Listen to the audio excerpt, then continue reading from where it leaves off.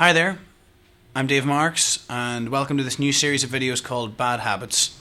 In this I'm going to sort of go through a couple of different habits that I've seen among various different students and even some players and some teachers on YouTube who've been teaching systems that I think are ultimately not really going to help very much and are going to slow down progress and possibly cause injuries and things like that.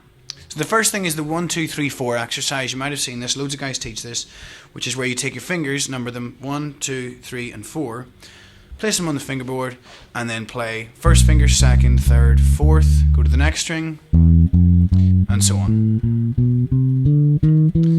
Now that in itself is a fantastic exercise. It's really great for building hand strength, coordination and independence. The problem is people are teaching it to beginners here. So they're saying go down to your first fret and play this exercise 1, 2, 3, 4 and so on.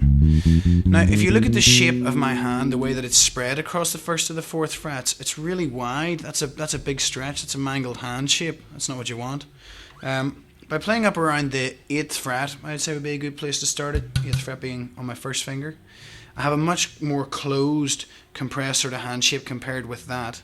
And if you sort of, the musculature of it is a lot more relaxed whenever I have my hand close together. A good way to test it is to get your hand relaxed and set it on the bass. You'll see that down at the first fret, your hand naturally sits across 3 frets, unless you've got Gulliver hands. And if you go up to the 8th fret, you should sit probably 4 fingers across 4 frets. So anytime you take a beginner's technique exercise, start it in the middle of the neck. The other reason that helps is because the tension is highest right next to the nut and right next to the bridge. So the tension is lowest around this sort of area. So in order to build the muscle, you have to start the exercise in as easy a way as is possible. And then gradually, as you build the strength and the independence in the fingers, feel free to move it down 1 fret at a time, and so on.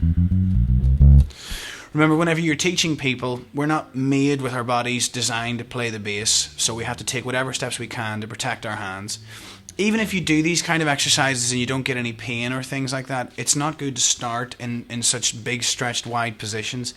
It's the kind of thing that might not hurt you now, but in 5 or 10 years of using this kind of bad habits and approach to technique, you could wind up with a pretty serious injury and then not be able to play, and that would be a drag. So it's a bad habit, don't do it, don't teach it to other people, and spread the word. See you next time.